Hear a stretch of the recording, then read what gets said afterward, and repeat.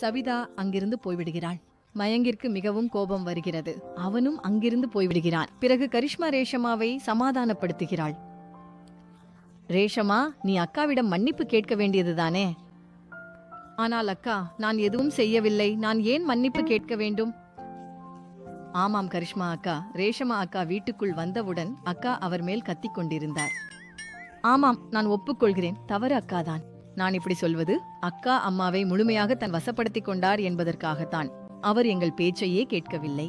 மயங்க் அண்ணன் எப்போதும் எங்களுக்காக நிற்கிறார். அதனால அவருடைய பேச்சை நீ மதிக்க வேண்டியதுதானே? எந்த பயனும் இல்லை அக்கா. இன்னும் சில நாட்கள்தான். அக்கா, அவரையும் எங்களுக்கு எதிராக தூண்டி விடுவார். அப்புறம் அவரும் அம்மாவைப் போல எங்கள் எந்த பேச்சையும் நம்ப மாட்டார்கள். இதேபோல் சவிதா தனது 3 மாமியார்களையும் எப்போதும் ஏதாவது ஒரு விஷயத்தில் தொந்தரவு செய்து கொண்டே இருந்தாள்.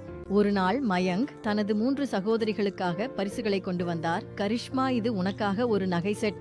ரேஷ்மா, உனக்காக அழகான ஒரு உடை. மனிஷா, உனக்கு புத்தகங்கள் பிடிக்கும் தானே? உனக்காக புத்தகங்களை கொண்டு வந்துள்ளேன். நன்றி அண்ணா. நன்றி அண்ணா. நன்றி அண்ணா. கரிஷ்மா, உன் நெக்லஸ் எவ்வளவு அழகா இருக்கிறது.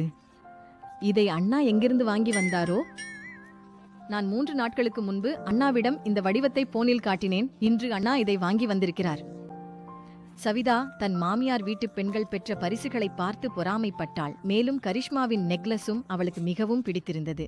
தன் சகோதரிகளுக்காக எவ்வளவு நல்ல நெக்லஸ் வாங்கி வந்திருக்கிறார். எனக்கு ஒருபோதும் எந்த பரிசும் கொடுக்கவில்லை. நான் இன்று இந்த ஹாரத்தை திருடி விடுவேன். இரவில் சவிதா கரிஷ்மாவின் ஹாரத்தை திருடுகிறாள். இது போலவே அவளுக்கு தன் மாமியார் வீட்டு பெண்களின் எந்த பொருள் பிடித்தாலும் அதை கேட்டுக்கொள்ளாமல் இரவின் இருளில் திருடிக் கொள்வாள். இவ்வாறு நாட்கள் கடந்து சென்றன. சவிதா மயங்கின் மனதிலும் அவன் சகோதரிகளுக்கு எதிராக வெறுப்பை உருவாக்கிவிட்டாள்.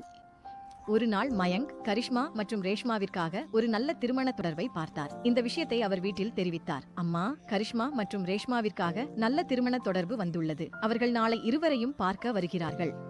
நீங்களும் சவிதாவும் சேர்ந்து ஏற்பாடுகளை செய்துவிடுங்கள். இதை கேட்டதும் கரிஷ்மா ரேஷ்மா மகிழ்ச்சி அடைகிறார்கள்.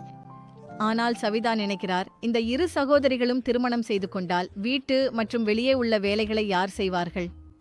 மனிஷா ஒரு எண் சோம்பேறி. அவளிடம் எந்த விஷயத்திலும் எதிர்பார்ப்பு வைக்கவே தேவையில்லை. இந்த திருமணத்தை நான் தடுக்க வேண்டும்.